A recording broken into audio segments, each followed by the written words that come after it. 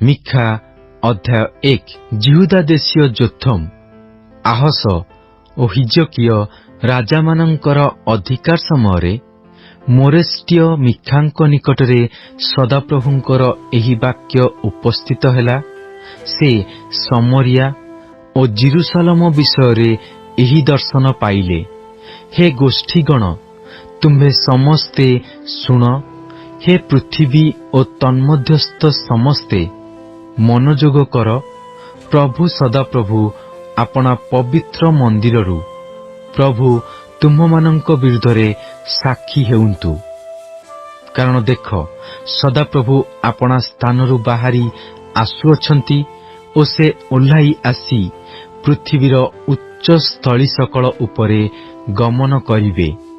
ତହିଁରେ ଅଗ୍ନି ଆଗରେ ଯେପରି ମହମ ତରଳିଯାଏ ଓ ଗଡ଼ନ୍ତି ସ୍ଥାନରେ ଜଳ ଗଡ଼ିପଡ଼େ, ସେପରି ତାହାଙ୍କ ପଦତଳେ ପର୍ବତଗଣ ତରଳିଯିବେ ଓ ତଳଭୂମି ସକଳ ବିଦୀର୍ଣ୍ଣ ହେବ। କାରଣ ଯାକୁବର ଆଜ୍ଞା ଲଙ୍ଘନ ଓ ଇସ୍ରାଏଲ ବଂଶର ପାପ ସକାଶୁ ଏସବୁ ହେଉଅଛି। ଯାକୁବର ଆଜ୍ଞା ଲଙ୍ଘନ କଣ? ତାହା କି ସମରିଆ ନୁହେଁ? ଓ ଜିହୁଦାର ଉଚ୍ଚ ସ୍ଥଳୀ ସକଳ କଣ? ସେସବୁ କି ଜିରୁସାଲମ ନୁହେଁ? ଏଥିପାଇଁ ଆମ୍ଭେ ସମରିଆକୁ କ୍ଷେତ୍ରସ୍ଥ ଢିପି ଓ ଦ୍ରାକ୍ଷଲତା ରୋପଣର ସ୍ଥାନତୁଲ୍ୟ କରିବା। ଆଉ ଆମ୍ଭେ ତହିଁର ପ୍ରସ୍ତର ସକଳ ଉପତ୍ୟକାରେ ପକାଇ ତହିଁର ଭିତ୍ତିମୂଳ ଅନାବୃତ କରିବା। ପୁଣି ତାହାର ଖୋଦିତ ପ୍ରତିମା ସକଳ ଖଣ୍ଡ ଖଣ୍ଡ କରାଯିବ ଓ ତାହାର ବର୍ତ୍ତନ ସକଳ ଅଗ୍ନିରେ ଦଗ୍ଧ ହେବ। ଆଉ ଆମ୍ଭେ ତାହାର ଦେବତା ସକଳକୁ ଧ୍ୱଂସ କରିବା। କାରଣ ବେଶ୍ୟାର ବର୍ତ୍ତନ ଦ୍ୱାରା ସେ ତାହା ସଞ୍ଚୟ କରିଅଛି ଓ ତାହା ପୁନର୍ବାର ବେଶ୍ୟାର ବର୍ତ୍ତନ ହୋଇଯିବ। ଏଥିସକାଶୁ ଆମ୍ଭେ ବିଳାପ ଓ ହାହାକାର କରିବା। ଆମ୍ଭେ ବିବସ୍ତ୍ର ଓ ଉଲଙ୍ଗ ହୋଇ ବୁଲିବା। ଆମ୍ଭେ ଶୃଗାଳ ପରି ବିଳାପ କରିବା ଓ ଉଷ୍ଟ୍ର ପକ୍ଷୀ ପରି ଶୋକ କରିବା। କାରଣ ତାହାର କ୍ଷତ ଅପ୍ରତିକାର୍ଯ୍ୟ, ଯେହେତୁ ତାହା ଜିହୁଦା ପର୍ଯ୍ୟନ୍ତ ହିଁ ଆସିଅଛି। ତାହା ଆମ୍ଭ ଲୋକମାନଙ୍କର ନଗର ଦ୍ୱାର ଜିରୁସାଲମ ପର୍ଯ୍ୟନ୍ତ ହିଁ ପହଞ୍ଚୁଅଛି। ଗାଥ ନଗରରେ ଏ କଥା ଜଣାଅ ନାହିଁ, କିଛି ହିଁ ରୋଦନ କର ନାହିଁ। ବୈଥିଲି ଅଫ୍ରାରେ ଆମ୍ଭେ ଧୂଳିରେ ଗଡ଼ିଅଛୁ। ହେ ସାଫିର ନିବାସିନୀ, ତୁମ୍ଭେ ଉଲଙ୍ଗ ଓ ଲଜ୍ଜିତ ହୋଇ ଚାଲିଯାଅ। ସାନନ୍ ନିବାସିନୀ ବାହାର ହୋଇ ଆସିନାହିଁ। ବୈଥେତ୍ସଲର ବିଳାପ ତୁମ୍ଭମାନଙ୍କଠାରୁ ତାହାର ଅବଲମ୍ବନ ହରଣ କରିବ। କାରଣ ମାରତ ନିବାସିନୀ ଭାବିତା ହୋଇ ମଙ୍ଗଳର ଅପେକ୍ଷା କରଇ, ଯେହେତୁ ଜିରୁସାଲମର ଦ୍ୱାର ପର୍ଯ୍ୟନ୍ତ ସଦାପ୍ରଭୁଙ୍କଠାରୁ ଅମଙ୍ଗଳ ଉପସ୍ଥିତ ହୋଇଅଛି। ହେ ଲାଖିସ୍ ନିବାସିନୀ, ତୁମ୍ଭେ ରଥରେ ଦ୍ରୁତଗାମୀ ଅଶ୍ୱ ଯୋଚ। ସେ ସିଓନ କନ୍ୟା ପ୍ରତି ଆଦ୍ୟ ପାପ ସ୍ୱରୂପ ଥିଲା। କାରଣ ଇସ୍ରାଏଲର ଆଜ୍ଞା ଲଙ୍ଘନ ସକଳ ତୁମ୍ଭ ମଧ୍ୟରେ ଦେଖାଗଲା। ଏଥିପାଇଁ ତୁମ୍ଭେ ମୋରେସତ୍ ଗାଥକୁ ବିଦାୟକାଳୀନ ଦାନ ଦେବ। ଅକ୍ସିବର ଗୃହ ସକଳ ଇସ୍ରାଏଲର ରାଜଗଣ ପ୍ରତି ପ୍ରବଞ୍ଚନାଜନକ ବସ୍ତୁ ତୁଲ୍ୟ ହେବ। ଆହୁରି ହେ ମାରେସା ନିବାସିନୀ, ଯେ ତୁମ୍ଭକୁ ଅଧିକାର କରିବ, ତାହାକୁ ଆମ୍ଭେ ତୁମ୍ଭ ନିକଟକୁ ଆଣିବା। ଇସ୍ରାଏଲର ଗୌରବ ଅଦୁଲ୍ଲମକୁ ହିଁ ଆସିବ। ତୁମ୍ଭେ ଆପଣାର ଆହ୍ଲାଦଜନକ ସନ୍ତାନଗଣ ନିମନ୍ତେ ମସ୍ତକ ମୁଣ୍ଡନ କର ଓ କେଶ କାଟି ପକାଅ। ଶାଗୁଣା ପରି ଆପଣାର କେଶ ଶୂନ୍ୟତା ବୃଦ୍ଧି କର। କାରଣ ସେମାନେ ତୁମ୍ଭ ନିକଟରୁ ନିର୍ବାସିତ ହୋଇ ଯାଇଅଛନ୍ତି। ମିଖା ଅଧ୍ୟାୟ 2। ଯେଉଁମାନେ ଆପଣା ଆପଣା ଶଯ୍ୟାରେ ଅଧର୍ମ କଳ୍ପନା କରନ୍ତି ଓ କୁକର୍ମ ସ୍ଥିର କରନ୍ତି, ସେମାନେ ସନ୍ତାପର ପାତ୍ର। ପ୍ରଭାତ ହେବା ମାତ୍ରେ ସେମାନେ ତାହା ସାଧନ କରନ୍ତି, କାରଣ ତାହା ସେମାନଙ୍କ ହସ୍ତର କ୍ଷମତାଧୀନ। ଆଉ ସେମାନେ କ୍ଷେତ୍ରକୁ ଲୋଭ କରନ୍ତି ଓ ବଳରେ ତାହା ଛଡ଼ାଇ ନିଅନ୍ତି ଓ ଗୃହକୁ ଲୋଭ କରି ତାହା ହରଣ କରି ନିଅନ୍ତି। ଆଉ ସେମାନେ ପୁରୁଷ ଓ ତାହାର ଗୃହ ପ୍ରତି, ମନୁଷ୍ୟ ଓ ତାହାର ପୈତୃକ ଅଧିକାର ପ୍ରତି ଦୌରାତ୍ମ୍ୟ କରନ୍ତି। ଏହେତୁ ସଦାପ୍ରଭୁ ଏହି କଥା କହନ୍ତି, ଦେଖ, ଆମ୍ଭେ ଏହି ଗୋଷ୍ଠୀ ବିରୁଦ୍ଧରେ ଅମଙ୍ଗଳ କଳ୍ପନା କରୁଅଛୁ। ତହିଁରୁ ତୁମ୍ଭେମାନେ ଆପଣା ଆପଣା ବେକ କାଢ଼ି ନେବାକୁ କିମ୍ବା ଗର୍ବ କରି ଚାଲିବାକୁ ପାରିବ ନାହିଁ, କାରଣ ତାହା ଦୁଃସମୟ ଅଟେ। ସେଦିନ ଲୋକମାନେ ତୁମ୍ଭ ବିରୁଦ୍ଧରେ ଗୋଟିଏ ପ୍ରବାଦ ଧରି ଅତିଶୟ ବିଳାପ କରିବେ, ଆଉ କହିବେ, ଆମ୍ଭମାନଙ୍କର ସର୍ବନାଶ ହେଲା। ସେ ଆମ୍ଭ ଲୋକମାନଙ୍କର ଅଧିକାର ହସ୍ତାନ୍ତର କରନ୍ତି। ସେ କିପରି ଆମ୍ଭଠାରୁ ତାହା ଦୂର କରନ୍ତି? ସେ ଆମ୍ଭମାନଙ୍କର କ୍ଷେତ୍ର ବିଭାଗ କରି ବିଦ୍ରୋହୀମାନଙ୍କୁ ଦିଅନ୍ତି। ଏଥିପାଇଁ ଗୁଲିବାଣ୍ଟ ଦ୍ୱାରା ପରିମାପକ ରଜ୍ଜୁ ପକାଇବା ପାଇଁ ସଦାପ୍ରଭୁଙ୍କ ସମାଜରେ ତୁମ୍ଭର କେହି ନଥିବେ। ତୁମ୍ଭେମାନେ ବାକ୍ୟ ପ୍ରଚାର ନ କର। ସେମାନେ ଏପରି ପ୍ରଚାର କରନ୍ତି। ଏମାନଙ୍କ ନିକଟରେ ସେମାନେ ଭବିଷ୍ୟତ୍ ବାକ୍ୟ ପ୍ରଚାର କରିବେ ନାହିଁ। ଅପମାନ ଘୁଞ୍ଚିବ ନାହିଁ। ହେ ଯାକୁବ ବଂଶ, ସଦାପ୍ରଭୁଙ୍କର ଆତ୍ମା କି ସଂକୁଚିତ ହୋଇଅଛି? ଏହିସବୁ କି ତାହାଙ୍କର କର୍ମ? କି ଏହା କୁହାଯିବ, ଯେଉଁ ଜନ ସରଳ ଆଚରଣ କରେ, ଆମ୍ଭର ବାକ୍ୟ ସକଳ କି ତାହାର ମଙ୍ଗଳ ନ କରେ? ମାତ୍ର ଅଳ୍ପ କାଳ ହେଲା ଆମ୍ଭର ଲୋକମାନେ ଶତ୍ରୁତୁଲ୍ୟ ହୋଇ ଉଠିଅଛନ୍ତି। ଯୁଦ୍ଧରୁ ବିମୁଖ ଲୋକମାନଙ୍କ ତୁଲ୍ୟ ନିଶ୍ଚିନ୍ତ ପଥିକମାନଙ୍କ ଗାତ୍ରୀୟ ବସ୍ତ୍ରରୁ ତୁମ୍ଭେମାନେ ଉତ୍ତରୀୟ ବସ୍ତ୍ର ଛଡ଼ାଇ ନେଉଅଛ।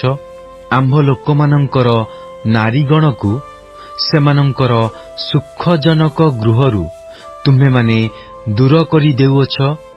ସେମାନଙ୍କର ସନ୍ତାନଗଣଠାରୁ ତୁମ୍ଭେମାନେ ଆମ୍ଭର ଦତ୍ତ ଗୌରବ ଚିରକାଳର ନିମନ୍ତେ ହରଣ କରି ନେଉଅଛ।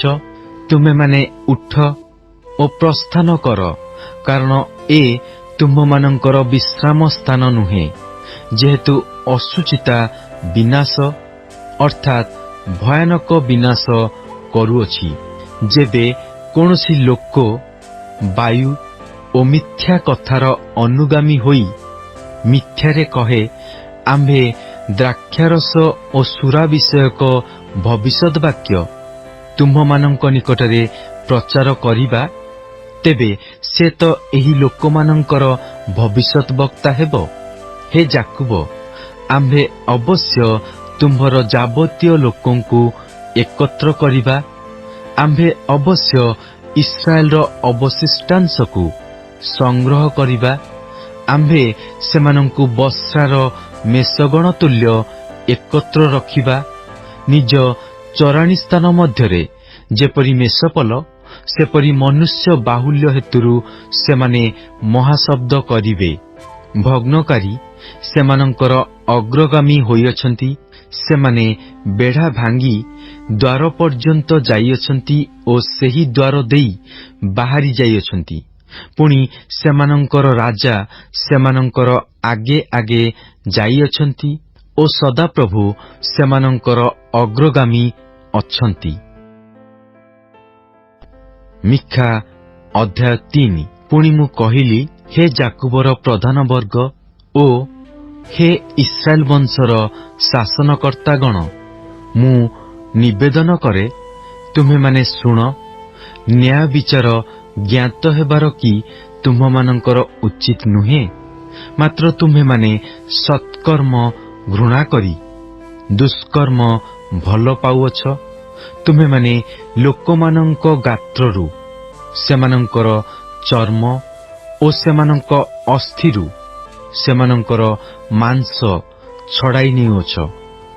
ମଧ୍ୟ ତୁମେମାନେ ଆମ୍ଭ ଲୋକମାନଙ୍କର ମାଂସ ଖାଉଅଛ ଓ ସେମାନଙ୍କର ଚର୍ମ ଛଡ଼ାଇ ସେମାନଙ୍କର ଅସ୍ଥି ସବୁ ଭାଙ୍ଗୁଅଛ। ହଁ, ଯେପରି ହାଣ୍ଡି ଓ ହଣ୍ଡା ପାଇଁ ମାଂସ ଖଣ୍ଡ ଖଣ୍ଡ କରନ୍ତି, ସେପରି ସେମାନଙ୍କୁ ଖଣ୍ଡ ଖଣ୍ଡ କରି ପକାଉଅଛ। ସେହି ସମୟରେ ସେମାନେ ସଦାପ୍ରଭୁଙ୍କ ନିକଟରେ ନିବେଦନ କରିବେ, ମାତ୍ର ସେ ସେମାନଙ୍କୁ ଉତ୍ତର ଦେବେ ନାହିଁ, ବରଞ୍ଚ ସେମାନଙ୍କର ଦୁଷ୍କ୍ରିୟାନୁସାରେ ସେ ସେହି ସମୟରେ ସେମାନଙ୍କଠାରୁ ଆପଣା ମୁଖ ଲୁଚାଇବେ। ଯେଉଁ ଭବିଷ୍ୟଦ୍ବକ୍ତାଗଣ ଆମ୍ଭ ଲୋକମାନଙ୍କୁ ଭ୍ରାନ୍ତ କରାନ୍ତି, ଯେଉଁମାନେ ଦାନ୍ତରେ କାମୁଡୁ କାମୁଡୁ ଶାନ୍ତି ଶାନ୍ତି ବୋଲି କହନ୍ତି ଓ କୌଣସି ଲୋକ ସେମାନଙ୍କ ମୁଖରେ କିଛି ନ ଦେଲେ ତାହା ବିରୁଦ୍ଧରେ ଯେଉଁମାନେ ଯୁଦ୍ଧ ନିରୂପଣ କରନ୍ତି, ସେମାନଙ୍କ ବିଷୟରେ ସଦାପ୍ରଭୁ ଏହି କଥା କହନ୍ତି। ଏହେତୁ ତୁମେମାନେ ଯେପରି କୌଣସି ଦର୍ଶନ ନ ପାଇବ, ଏଥିପାଇଁ ତୁମ୍ଭମାନଙ୍କ ପ୍ରତି ରାତ୍ରି ହେବ ଓ ତୁମେମାନେ ଯେପରି ମନ୍ତ୍ରଶୂନ୍ୟ ହେବ, ଏଥିପାଇଁ ତୁମ୍ଭମାନଙ୍କ ପ୍ରତି ଅନ୍ଧକାର ହେବ। ଆଉ ଭବିଷ୍ୟଦ୍ବକ୍ତାଗଣ ଉପରେ ସୂର୍ଯ୍ୟ ଅସ୍ତଗତ ହେବ ଓ ସେମାନଙ୍କ ଉପରେ ଦିବସ କୃଷ୍ଣବର୍ଣ୍ଣ ହେବ। ପୁଣି ଦର୍ଶକମାନେ ଲଜ୍ଜିତ ଓ ମନ୍ତ୍ରବେତାମାନେ ଉଦ୍ବିଗ୍ନ ହେବେ। ହଁ, ସେ ସମସ୍ତେ ଆପଣା ଆପଣା ଓଷ୍ଠାଧର ଢାମ୍ପିବେ, କାରଣ ପରମେଶ୍ୱରଙ୍କଠାରୁ କୌଣସି ଉତ୍ତର ନାହିଁ। ମାତ୍ର ଯାକୁବକୁ ତାହାର ଆଜ୍ଞା ଲଙ୍ଘନ ଓ ଇସ୍ରାଏଲକୁ ତାହାର ପାପ ଜ୍ଞାତ କରାଇବା ନିମନ୍ତେ ଆମ୍ଭେ ପ୍ରକୃତରେ ସଦାପ୍ରଭୁଙ୍କ ଆତ୍ମା ଦ୍ୱାରା ଶକ୍ତିରେ, ନ୍ୟାୟ ବିଚାରରେ ଓ ପରାକ୍ରମରେ ପରିପୂର୍ଣ୍ଣ ଅଛୁ। ହେ ଯାକୁବ ବଂଶର ପ୍ରଧାନବର୍ଗ ଓ ଇସ୍ରାଏଲ ବଂଶର ଶାସନକର୍ତ୍ତାଗଣ, ମୁଁ ନିବେଦନ କରେ, ତୁମ୍ଭେମାନେ ଏହା ଶୁଣ। ତୁମ୍ଭେମାନେ ନ୍ୟାୟ ବିଚାର ଘୃଣା କରୁଅଛ ଓ ଅପକ୍ଷପାତ ବିଚାର ସବୁ ଅନ୍ୟଥା କରୁଅଛ। ସେମାନେ ସିଓନକୁ ରକ୍ତରେ ଓ ଜେରୁସାଲେମକୁ ଅଧର୍ମରେ ନିର୍ମାଣ କରୁଅଛନ୍ତି। ସେ ସ୍ଥାନର ପ୍ରଧାନ ବର୍ଗ ଲାଞ୍ଚ ନେଇ ବିଚାର କରନ୍ତି ଓ ତହିଁର ଯାଜକଗଣ ବେତନ ନେଇ ଶିକ୍ଷା ଦିଅନ୍ତି ଓ ତହିଁର ଭବିଷ୍ୟଦ୍ବକ୍ତାଗଣ ଅର୍ଥ ନେଇ ମନ୍ତ୍ର ପଢ଼ନ୍ତି। ତଥାପି ସେମାନେ ସଦାପ୍ରଭୁଙ୍କ ଉପରେ ନିର୍ଭର କରି କୁହନ୍ତି, ସଦାପ୍ରଭୁ କି ଆମ୍ଭମାନଙ୍କ ମଧ୍ୟରେ ନାହାନ୍ତି? କୌଣସି ଅମଙ୍ଗଳ ଆମ୍ଭମାନଙ୍କ ନିକଟକୁ ଆସିବ ନାହିଁ। ଏହେତୁ ତୁମ୍ଭମାନଙ୍କ ସକାଶୁ ସିଓନ କ୍ଷେତ୍ରତୁଲ୍ୟ ଚାଷ କରାଯିବ ଓ ଜେରୁସାଲେମ ଢିପି ହେବ, ଆଉ ଗୃହର ପର୍ବତ ବନସ୍ଥ ଉଚ୍ଚସ୍ଥଳୀର ତୁଲ୍ୟ ହେବ। ମିଖା ଅଧ୍ୟାୟ 4। ମାତ୍ର ଶେଷ କାଳରେ ଏ ରୂପ ଘଟିବ, ସଦାପ୍ରଭୁଙ୍କ ଗୃହର ପର୍ବତ ପର୍ବତଗଣର ଶିଖର ଉପରେ ସ୍ଥାପିତ ହେବ ଓ ଉପପର୍ବତଗଣର ଅପେକ୍ଷା ଉଚ୍ଚୀକୃତ ହେବ। ଆଉ ଗୋଷ୍ଠୀଗଣ ସ୍ରୋତ ପରି ତହିଁ ମଧ୍ୟକୁ ବହି ଆସିବେ। ପୁଣି ଅନେକ ଗୋଷ୍ଠୀ ଯାଉ ଯାଉ କହିବେ, ତୁମ୍ଭେମାନେ ଆସ, ସଦାପ୍ରଭୁଙ୍କ ପର୍ବତକୁ, ଯାକୁବର ପରମେଶ୍ୱରଙ୍କ ଗୃହକୁ ଆମ୍ଭେମାନେ ଯାଉ। ତହିଁରେ ସେ ଆପଣା ପଥ ବିଷୟ ଆମ୍ଭମାନଙ୍କୁ ଶିକ୍ଷା ଦେବେ ଓ ଆମ୍ଭେମାନେ ତାହାଙ୍କ ମାର୍ଗରେ ଗମନ କରିବା। କାରଣ ସିଓନଠାରୁ ବ୍ୟବସ୍ଥା ଓ ଜେରୁସାଲେମଠାରୁ ସଦାପ୍ରଭୁଙ୍କର ବାକ୍ୟ ନିର୍ଗତ ହେବ। ପୁଣି ସେ ଅନେକ ଗୋଷ୍ଠୀମାନଙ୍କ ମଧ୍ୟରେ ବିଚାର କରିବେ ଓ ଦୂରସ୍ଥିତ ବଳବାନ ଗୋଷ୍ଠୀମାନଙ୍କ ସମ୍ବନ୍ଧରେ ନିଷ୍ପତ୍ତି କରିବେ। ତହିଁରେ ସେମାନେ ଆପଣା ଆପଣା ଖଡ୍ଗ ଭାଙ୍ଗି ଲଙ୍ଗଳର ଫାଳ କରିବେ ଓ ଆପଣା ଆପଣା ବର୍ଚ୍ଛା ଭାଙ୍ଗି ଦା ନିର୍ମାଣ କରିବେ। ଏକ ଦେଶୀୟ ଲୋକେ ଅନ୍ୟ ଦେଶୀୟ ଲୋକଙ୍କ ବିରୁଦ୍ଧରେ ଖଡ୍ଗ ଉଠାଇବେ ନାହିଁ, କିଏବା ସେମାନେ ଆଉ ଯୁଦ୍ଧ ଶିଖିବେ ନାହିଁ। ମାତ୍ର ସେମାନେ ପ୍ରତ୍ୟେକେ ଆପଣା ଆପଣା ଦ୍ରାକ୍ଷାଲତା ଓ ଡିମ୍ବୁରି ବୃକ୍ଷ ତଳେ ବସିବେ ଓ କେହି ସେମାନଙ୍କୁ ଭୟ ଦେଖାଇବ ନାହିଁ। କାରଣ ସୈନ୍ୟାଧିପତି ସଦାପ୍ରଭୁଙ୍କର ମୁଖ ଏହା କହିଅଛି। କାରଣ ଯାବତୀୟ ଗୋଷ୍ଠୀ ଆପଣା ଆପଣା ଦେବତାର ନାମରେ ଚାଲିବେ, ପୁଣି ଆମ୍ଭେମାନେ ଅନନ୍ତ କାଳ ଯାଏ ସଦାପ୍ରଭୁ ଆମ୍ଭମାନଙ୍କ ପରମେଶ୍ୱରଙ୍କ ନାମରେ ଚାଲିବା। ସଦାପ୍ରଭୁ କହନ୍ତି, ସେଦିନ ଆମ୍ଭେ ପଙ୍ଗୁକୁ ସଂଗ୍ରହ କରିବା, ପୁଣି ଯେ ତାଡ଼ିତ ହୋଇଅଛି ଓ ଯାହାକୁ ଆମ୍ଭେ କ୍ଲେଶ ଦେଇଅଛୁ ତାହାକୁ ଏକତ୍ର କରିବା। ପୁଣି ଆମ୍ଭେ ପଙ୍ଗୁକୁ ଅବଶିଷ୍ଟାଂଶ କରି ରଖିବା ଓ ଯେ ଦୂରୀକୃତ ହୋଇଥିଲା ତାହାକୁ ବଳବତୀ ଗୋଷ୍ଠୀ କରିବା। ଆଉ ସଦାପ୍ରଭୁ ଆଜିଠାରୁ ସଦାକାଳ ପର୍ଯ୍ୟନ୍ତ ସିଓନ ପର୍ବତରେ ସେମାନଙ୍କ ଉପରେ ରାଜତ୍ୱ କରିବେ।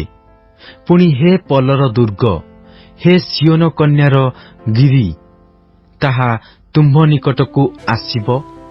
ହଁ, ପୂର୍ବ କାଳର ରାଜ୍ୟ ଜିରୁସାଲମ କନ୍ୟାର ରାଜ୍ୟ ଆସିବ। ଏବେ ତୁମ୍ଭେ କାହିଁକି ଘୋର ଚିତ୍କାର କରୁଅଛ? ତୁମ୍ଭ ମଧ୍ୟରେ କି ରାଜା ନାହିଁ? ତୁମ୍ଭର ମନ୍ତ୍ରୀ ବିନଷ୍ଟ ହୋଇଅଛି ବୋଲି କି ସ୍ତ୍ରୀର ପ୍ରସବ ବେଦନା ତୁଲ୍ୟ ବେଦନା ତୁମ୍ଭକୁ ଆକ୍ରାନ୍ତ କରିଅଛି? ହେ ସିଓନ କନ୍ୟା, ତୁମ୍ଭେ ପ୍ରସବ ବେଦନାଗ୍ରସ୍ତା ସ୍ତ୍ରୀ ପରି ବ୍ୟଥିତା ହୋଇ ପ୍ରସବ କରିବାକୁ ଯତ୍ନ କର। କାରଣ ଏବେ ତୁମ୍ଭେ ନଗରରୁ ବାହାରି ଯାଇ ପଦାରେ ବାସ କରିବ ଓ ବାବିଲ ପର୍ଯ୍ୟନ୍ତ ହିଁ ଯିବ। ସେଠାରେ ତୁମ୍ଭେ ଉଦ୍ଧାର ପାଇବ। ସେଠାରେ ସଦାପ୍ରଭୁ ତୁମ୍ଭ ଶତ୍ରୁଗଣର ହସ୍ତରୁ ତୁମ୍ଭକୁ ମୁକ୍ତ କରିବେ। ପୁଣି ବର୍ତ୍ତମାନ ଅନେକ ଗୋଷ୍ଠୀ ତୁମ୍ଭ ବିରୁଦ୍ଧରେ ଏକତ୍ରିତ ହୋଇଅଛନ୍ତି। ସେମାନେ କୁହନ୍ତି, ସେ ଅଶୁଚି ହେଉ ଓ ଆମ୍ଭମାନଙ୍କର ଚକ୍ଷୁ ତହିଁର ଅଭିଳାଷ ସିଓନ ପ୍ରତି ସଫଳ ହେବାର ଦେଖୁ। ମାତ୍ର ସେମାନେ ସଦାପ୍ରଭୁଙ୍କର ସଂକଳ୍ପ ସବୁ ଜାଣନ୍ତି ନାହିଁ, ଅଥବା ତାହାଙ୍କର ମନ୍ତ୍ରଣା ବୁଝନ୍ତି ନାହିଁ। କାରଣ ସେ ସେମାନଙ୍କୁ ଶସ୍ୟ ବିଡ଼ା ପରି ଖଳାରେ ଏକତ୍ର କରିଅଛନ୍ତି। ହେ ସିଓନ କନ୍ୟା, ଉଠ, ଶସ୍ୟ ମର୍ଦ୍ଦନ କର। କାରଣ ଆମ୍ଭେ ତୁମ୍ଭର ଶୃଙ୍ଗ ଲୌହମୟ ଓ ତୁମ୍ଭର ଖୁରା ପିତ୍ତଳମୟ କରିବା। ତହିଁରେ ତୁମ୍ଭେ ଅନେକ ଗୋଷ୍ଠୀଙ୍କୁ ଚୂର୍ଣ୍ଣ କରିବ। ପୁଣି ତୁମ୍ଭେ ସେମାନଙ୍କର ଲୁଟିତ ଦ୍ରବ୍ୟ ସଦାପ୍ରଭୁଙ୍କ ଉଦ୍ଦେଶ୍ୟରେ ଓ ସେମାନଙ୍କର ସମ୍ପତ୍ତି ସମୁଦାୟ ଭୂମଣ୍ଡଳର ଅଧିପତିଙ୍କ ଉଦ୍ଦେଶ୍ୟରେ ଉତ୍ସର୍ଗ କରିବ। ମିଖା ଅଧ୍ୟାୟ 5। ହେ ସୈନ୍ୟଦଳ କନ୍ୟା, ଏବେ ତୁମ୍ଭେ ଦଳ ଦଳ ହୋଇ ଆପଣାକୁ ଏକତ୍ର କରିବ। ସେ ଆମ୍ଭମାନଙ୍କ ପ୍ରତିକୂଳରେ ସୈନ୍ୟ ବେଷ୍ଟନ କରିଅଛି। ସେମାନେ ଇସ୍ରାଏଲର ବିଚାରକର୍ତ୍ତାର ଗାଲରେ ଦଣ୍ଡାଘାତ କରିବେ। ମାତ୍ର ହେ ବୈଥଲେହମ ଉଫ୍ରାଥା, ଜିହୁଦାର ସହସ୍ରଗଣର ମଧ୍ୟରେ କ୍ଷୁଦ୍ର ଯେ ତୁମ୍ଭେ, ତୁମ୍ଭ ମଧ୍ୟରୁ ଇସ୍ରାଏଲର ଶାସନକର୍ତ୍ତା ହେବା ନିମନ୍ତେ ଆମ୍ଭ ଉଦ୍ଦେଶ୍ୟରେ ଏକ ବ୍ୟକ୍ତି ଉତ୍ପନ୍ନ ହେବେ। ପୁରାତନ କାଳରୁ ଅନାଦି କାଳରୁ ତାହାଙ୍କର ଉତ୍ପତ୍ତି। ଏ ନିମନ୍ତେ ଯେଉଁ ସ୍ତ୍ରୀ ପ୍ରସବ ବେଦନାଗ୍ରସ୍ତା ହେଉଅଛି, ସେ ଯେପର୍ଯ୍ୟନ୍ତ ପ୍ରସବ ନ କରେ ସେହି ସମୟ ପର୍ଯ୍ୟନ୍ତ ସେ ସେମାନଙ୍କୁ ତ୍ୟାଗ କରିବେ। ତହିଁଉତାରେ ତାହାଙ୍କର ଅବଶିଷ୍ଟ ଭ୍ରାତୃଗଣ ଇସ୍ରାଏଲର ସନ୍ତାନଗଣର ନିକଟକୁ ଫେରିଆସିବେ। ପୁଣି ସେ ଠିଆ ହୋଇ ସଦାପ୍ରଭୁଙ୍କ ଶକ୍ତିରେ, ସଦାପ୍ରଭୁ ଆପଣା ପରମେଶ୍ୱରଙ୍କ ନାମର ମହିମାରେ ଆପଣା ପଲ ଚରାଇବେ ଓ ସେମାନେ ସୁସ୍ଥିର ହୋଇ ବାସ କରିବେ। କାରଣ ସେ ସମୟରେ ସେ ପୃଥିବୀର ପ୍ରାନ୍ତ ପର୍ଯ୍ୟନ୍ତ ମହାନ ହେବେ।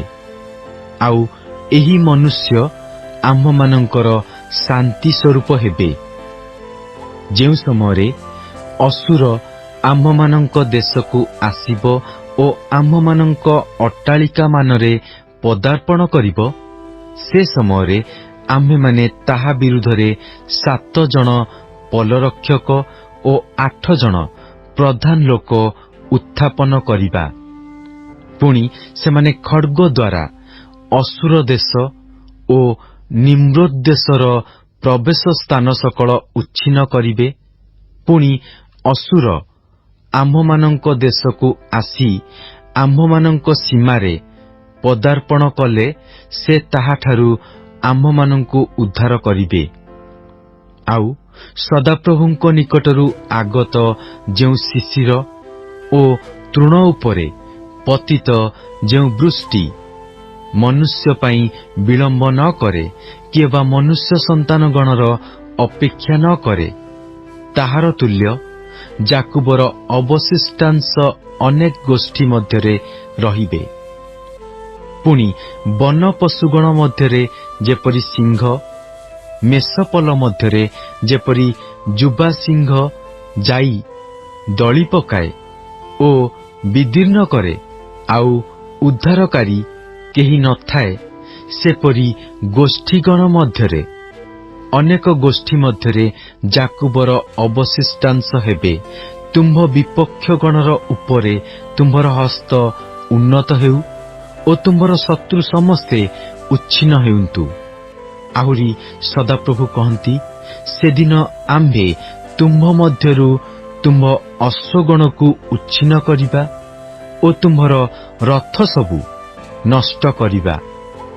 ପୁଣି ଆମ୍ଭେ ତୁମ୍ଭ ଦେଶର ନଗର ସବୁ ଉଚ୍ଛିନ୍ନ କରିବା ଓ ତୁମ୍ଭର ଦୃଢ଼ ଦୁର୍ଗ ସବୁ ଭାଙ୍ଗି ପକାଇବା।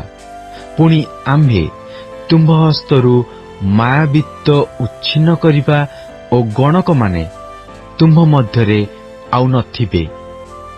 ଆଉ ଆମ୍ଭେ ତୁମ୍ଭ ମଧ୍ୟରୁ ତୁମ୍ଭର ଖୋଦିତ ପ୍ରତିମା ଓ ତୁମ୍ଭର ସ୍ତମ୍ଭ ସକଳ ଉଚ୍ଛିନ୍ନ କରିବା। ତହିଁରେ ତୁମ୍ଭେ ଆପଣା ହସ୍ତକୃତ ବସ୍ତୁକୁ ଆଉ ପ୍ରଣାମ କରିବ ନାହିଁ। ପୁଣି ଆମ୍ଭେ ତୁମ୍ଭ ମଧ୍ୟରୁ ତୁମ୍ଭର ଆସେରା ମୂର୍ତ୍ତି ସକଳ ଉତ୍ପାଟନ କରିବା ଓ ତୁମ୍ଭର ନଗର ସବୁ ବିନଷ୍ଟ କରିବା। ଆଉ ଯେଉଁ ଗୋଷ୍ଠୀମାନେ କଥାରେ ମନୋଯୋଗ କଲେ ନାହିଁ, ସେମାନଙ୍କଠାରୁ ଆମ୍ଭେ କୋପରେ ଓ ପ୍ରଚଣ୍ଡତାରେ ପରିଶୋଧ ନେବା।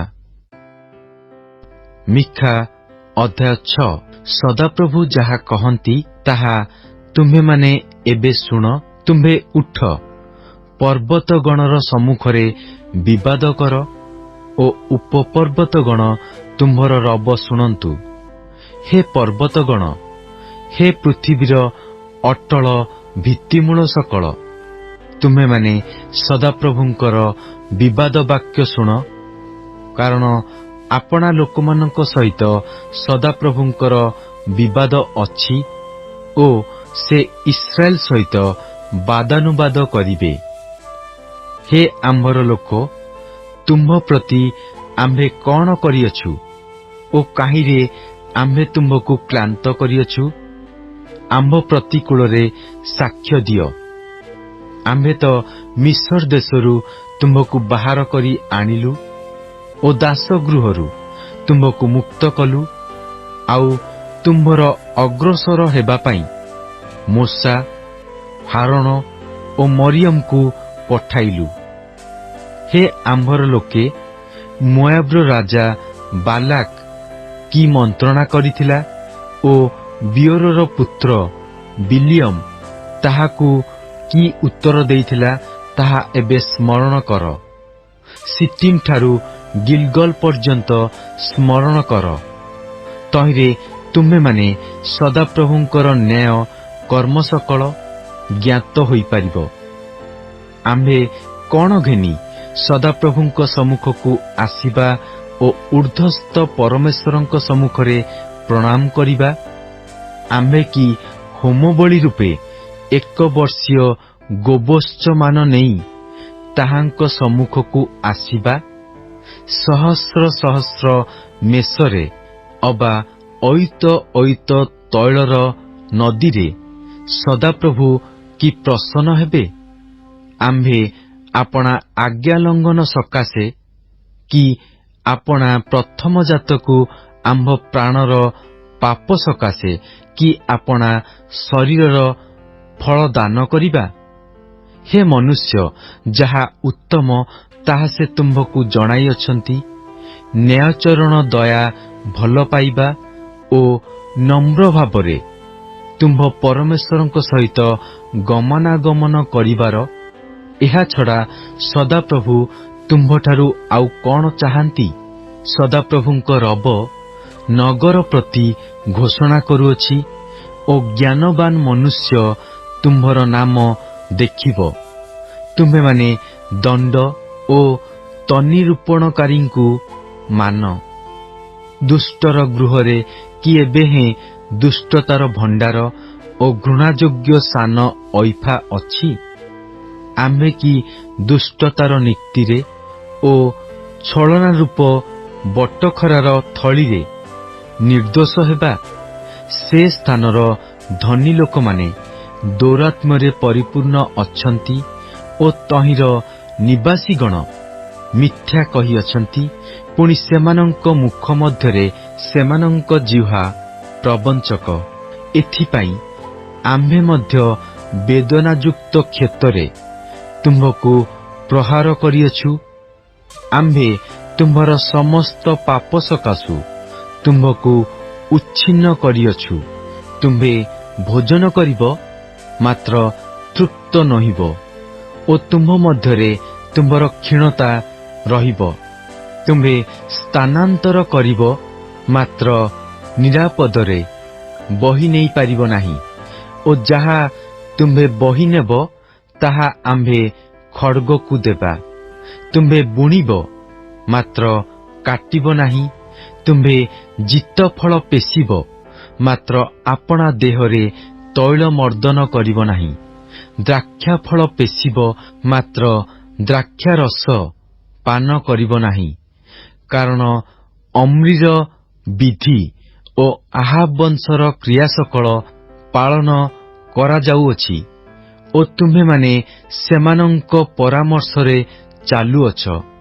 ତହିଁ ସକାଶୁ ଆମ୍ଭେ ତୁମ୍ଭକୁ ଉଚ୍ଚନ ସ୍ଥାନ କରିବା ଓ ତହିଁର ନିବାସୀମାନଙ୍କୁ ଶିସ୍ ଶବ୍ଦର ବିଷୟ କରିବା।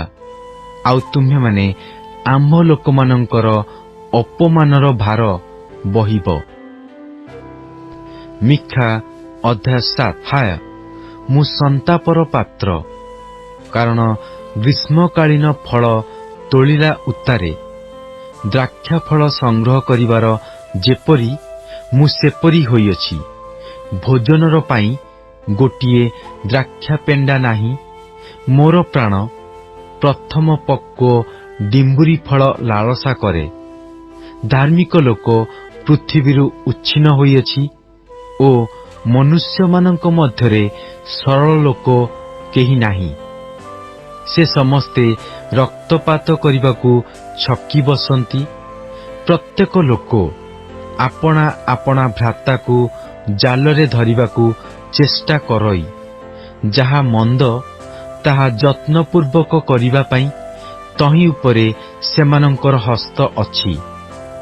ଅଧିପତି ଚାହେଁ ଓ ବିଚାରକର୍ତ୍ତା ପୁରସ୍କାର ପାଇଁ ପ୍ରସ୍ତୁତ। ଆଉ ବଡ଼ ଲୋକ ଆପଣା ପ୍ରାଣର ହିଂସାଭାବ ମୁଖରେ ବ୍ୟକ୍ତ କରେ। ଏହି ରୂପେ ସେମାନେ ବସ୍ତ୍ର ତୁଲ୍ୟ ତାହା ଏକତ୍ର ବୁଣନ୍ତି। ସେମାନଙ୍କ ମଧ୍ୟରେ ସବୁଠାରୁ ଉତ୍ତମ ଲୋକ କାନକୋଳି ବୃକ୍ଷ ତୁଲ୍ୟ। ସବୁଠାରୁ ସରଳ ଲୋକ କଣ୍ଟାବାଡ଼ ଅପେକ୍ଷା ମନ୍ଦ। ତୁମ୍ଭ ପ୍ରହରୀଗଣର ଦିନ ଓ ତୁମ୍ଭର ଦଣ୍ଡ ଉପସ୍ଥିତ।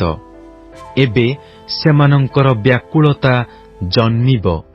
ତୁମ୍ଭେମାନେ ମିତ୍ରଠାରେ ପ୍ରତ୍ୟୟ କର ନାହିଁ ଓ ପଥ ପ୍ରଦର୍ଶକଠାରେ ବିଶ୍ୱାସ କର ନାହିଁ। ତୁମ୍ଭ ବକ୍ଷସ୍ଥଳରେ ଶୟନକାରିଣୀଠାରୁ ଆପଣା ମୁଖର ଦ୍ୱାର ରକ୍ଷା କର। କାରଣ ପୁତ୍ର ପିତାକୁ ଅମାନ୍ୟ କରେ, କନ୍ୟା ଆପଣା ମାତାର ବିରୁଦ୍ଧରେ, ପୁତ୍ରବଧୂ ଆପଣା ଶାଶୁର ବିରୁଦ୍ଧରେ ଉଠେ। ଆପଣା ପରିବାରର ଲୋକେ ମନୁଷ୍ୟର ଶତ୍ରୁ ହୁଅନ୍ତି।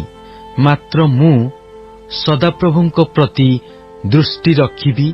ମୋ ପରିତ୍ରାଣର ପରମେଶ୍ୱରଙ୍କ ପାଇଁ ମୁଁ ଅପେକ୍ଷା କରିବି। ମୋ ପରମେଶ୍ୱର ମୋର କଥା ଶୁଣିବେ। ହେ ମୋର ଶତ୍ରୁ, ମୋର ପ୍ରତିକୂଳରେ ଆନନ୍ଦ କର ନାହିଁ। ମୁଁ ପଡ଼ିଲେ ଉଠିବି, ମୁଁ ଅନ୍ଧକାରରେ ବସିଲେ ସଦାପ୍ରଭୁ ମୋର ଦୀପ୍ତି ସ୍ୱରୂପ ହେବେ। ମୁଁ ସଦାପ୍ରଭୁଙ୍କ ବିରୁଦ୍ଧରେ ପାପ କରିଅଛି। ଏଥିପାଇଁ ଯେ ପର୍ଯ୍ୟନ୍ତ ସେ ମୋ ବିବାଦର ସପକ୍ଷବାଦୀ ହୋଇ ମୋର ବିଚାର ନିଷ୍ପତ୍ତି ନ କରନ୍ତି, ସେ ପର୍ଯ୍ୟନ୍ତ ମୁଁ ତାହାଙ୍କ କ୍ରୋଧରୂପ ଭାର ବହିବି। ସେ ମୋତେ ବାହାର କରି ଆଲୁଅକୁ ଆଣିବେ ଓ ମୁଁ ତାହାଙ୍କର ଧାର୍ମିକତା ଦେଖିବି। ସେତେବେଳେ ସଦାପ୍ରଭୁ ତୁମ୍ଭ ପରମେଶ୍ୱର କାହାନ୍ତି ବୋଲି ଯେ ମୋତେ କହିଥିଲା, ମୋର ସେହି ଶତ୍ରୁ ତାହା ଦେଖିବ ଓ ଲଜ୍ଜା ତାହାକୁ ଆଚ୍ଛନ୍ନ କରିବ। ମୋର ଚକ୍ଷୁ ତାହାକୁ ଦେଖିବ। ଏବେ ସେ ପଥର କାଦୁଅ ପରି ଦଳିତ ହେବ। ତୁମ୍ଭ ବେଢ଼ାର ନିର୍ମାଣ ଦିନ ଉପସ୍ଥିତ। ସେଦିନ ବିଧାନ ଦୂରକୁ ଅନ୍ତରିତ ହେବ। ସେଦିନ ତୁମ୍ଭ ନିକଟକୁ ଲୋକମାନେ ଆସିବେ, ଅସୁରରୁ ଓ ମିଶରର ନଗର ସମୂହରୁ ଓ ମିଶରଠାରୁ ନଦୀ ପର୍ଯ୍ୟନ୍ତ ଓ ଏକ ସମୁଦ୍ରଠାରୁ ଅନ୍ୟ ସମୁଦ୍ର ପର୍ଯ୍ୟନ୍ତ ଯାବତୀୟ ପର୍ବତରୁ ଆସିବେ। ତଥାପି ନିବାସୀଗଣର ସକାଶୁ ସେମାନଙ୍କ କ୍ରିୟାର ଫଳସ୍ୱରୂପେ ଦେଶ ଧ୍ୱଂସସ୍ଥାନ ହେବ। ତୁମ୍ଭେ ଆପଣା ପାଞ୍ଚଣ ନେଇ ଆପଣା ଲୋକମାନଙ୍କୁ ଅର୍ଥାତ୍ ଏକାକୀ ବାସକାରୀ ଆପଣା ପୈତୃକାଧିକାର ସ୍ୱରୂପ ପଲକୁ କର୍ମିଲ୍ର ମଧ୍ୟସ୍ଥିତ ଅରଣ୍ୟରେ ଚରାଅ। ସେମାନେ ପୂର୍ବକାଳର ନ୍ୟାୟ ବାସନରେ ଓ ଗିଲିୟଦରେ ଚରନ୍ତୁ। ମିଶର ଦେଶରୁ ତୁମ୍ଭର ବାହାର ହୋଇ ଆସିବା ଦିନର ନ୍ୟାୟ ଆମ୍ଭେ ତାହାକୁ ଆଶ୍ଚର୍ଯ୍ୟ ବିଷୟମାନ ଦେଖାଇବା। ଗୋଷ୍ଠୀୟ ବର୍ଗ ତାହା ଦେଖି ଆପଣାମାନଙ୍କର ସମସ୍ତ ପରାକ୍ରମ ବିଷୟରେ ଲଜ୍ଜିତ ହେବେ। ସେମାନେ ଆପଣା ଆପଣା ମୁଖରେ ହସ୍ତ ଦେବେ। ସେମାନଙ୍କର କର୍ଣ୍ଣ ବଧିର ହେବ। ସେମାନେ ସର୍ପ ପରି ଧୂଳି ଚାଟିବେ। ସେମାନେ କମ୍ପି କମ୍ପି ଭୂମିସ୍ଥ ଉରଗାମୀ ଜନ୍ତୁଗଣର ନ୍ୟାୟ ଆପଣା ଆପଣା ଗୋପନୀୟ ସ୍ଥାନରୁ ବାହାର ହୋଇ ଆସିବେ। ସେମାନେ ଭୟଯୁକ୍ତ ହୋଇ ସଦାପ୍ରଭୁ ଆମ୍ଭମାନଙ୍କ ପରମେଶ୍ୱରଙ୍କ ନିକଟକୁ ଆସିବେ ଓ ତୁମ୍ଭ ସକାଶୁ ଭୀତ ହେବେ। ତୁମ୍ଭ ତୁଲ୍ୟ ପରମେଶ୍ୱର କିଏ? ତୁମ୍ଭେ ଅଧର୍ମ କ୍ଷମା କରିଥାଅ ଓ ଆପଣା ଅଧିକାରର ଅବଶିଷ୍ଟାଂଶ ଲୋକଙ୍କର ଆଜ୍ଞାଲଙ୍ଘନର ପ୍ରତି ଉପେକ୍ଷା କରିଥାଅ। ସେ ଚିରକାଳ ଆପଣା କ୍ରୋଧ ରଖନ୍ତି ନାହିଁ, କାରଣ ସେ ଦୟାରେ ସନ୍ତୁଷ୍ଟ ଥାଆନ୍ତି। ସେ ପୁନର୍ବାର ଫେରି ଆମ୍ଭମାନଙ୍କ ପ୍ରତି କୃପା କରିବେ। ସେ ଆମ୍ଭମାନଙ୍କର ଅଧର୍ମ ସକଳ ପଦତଳେ ଦଳିବେ। ଆଉ ତୁମ୍ଭେ ସେମାନଙ୍କର ଯାବତୀୟ ପାପ ସମୁଦ୍ରର ଅଗାଧ ଜଳରେ ନିକ୍ଷେପ କରିବ। ତୁମ୍ଭେ ପୂର୍ବକାଳଠାରୁ ଆମ୍ଭମାନଙ୍କର ପିତୃପୁରୁଷଗଣ ପ୍ରତି ଯାହା ଶପଥ କରିଅଛ, ଯାକୁବ ପ୍ରତି ସେହି ସତ୍ୟ ଓ ଅବ୍ରାହମ ପ୍ରତି ସେହି ଦୟା ପାଳନ କରିବ।